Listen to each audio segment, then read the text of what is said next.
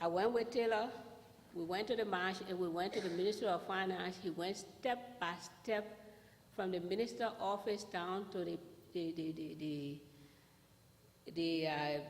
payment office to make sure that our voucher was processed and the money was transferred to Mr. Molu,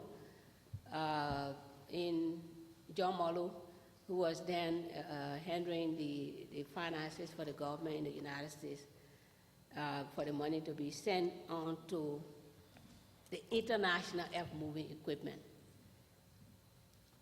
We processed, those documents were processed. The next time we started looking for the items to come, we got a fax that said that the spare parts have been sent. The people needed the second payment. We waited, the spare part did not come. The third payment was sent. They said they didn't receive the third payment. A fourth payment was sent in place of that.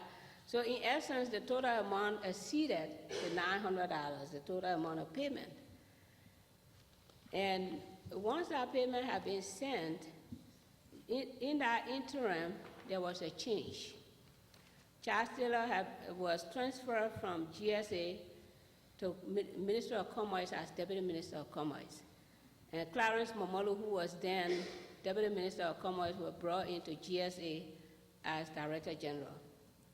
Blamo Nelson was State Deputy, and I was on maternity leave. While on maternity leave,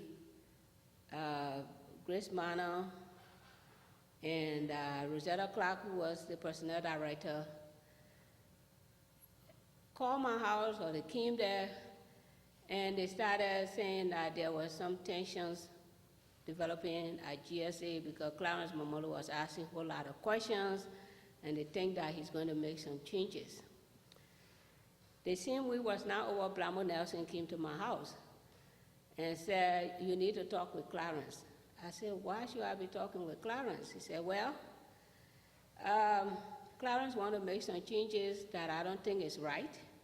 He's asking questions, but he needs to wait for me to give him the information." And I said, "Blamo, you are now Clarence's deputy. You need to give him the information he seeks. And I don't know Clarence. I heard of him. We met once because we had a common border for property." I said, "But I don't know him."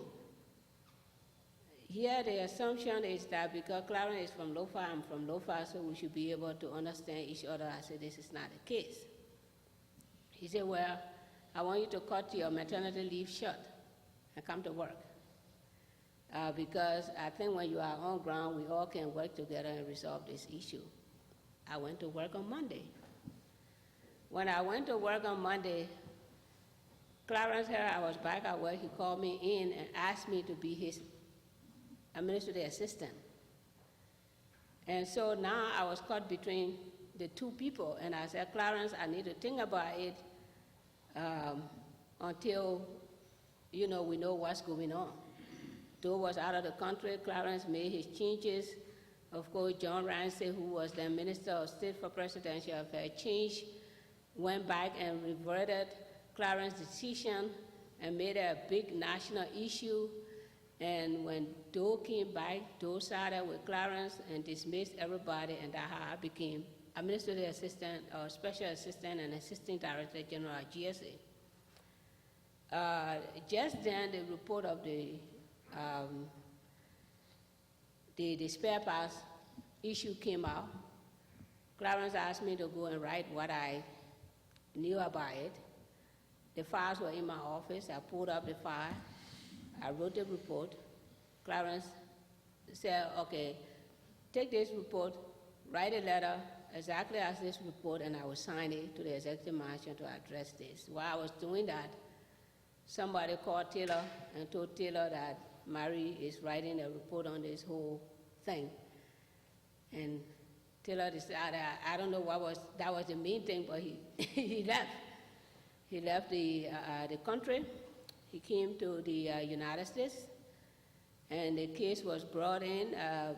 I told Jenkins Scott at that time, he was the Minister of Justice, that If they needed me to come with them to the United States to testify, I was ready because I work on the project, but they said it was not necessary for me to come. So I did not come. That they had all the information that they needed.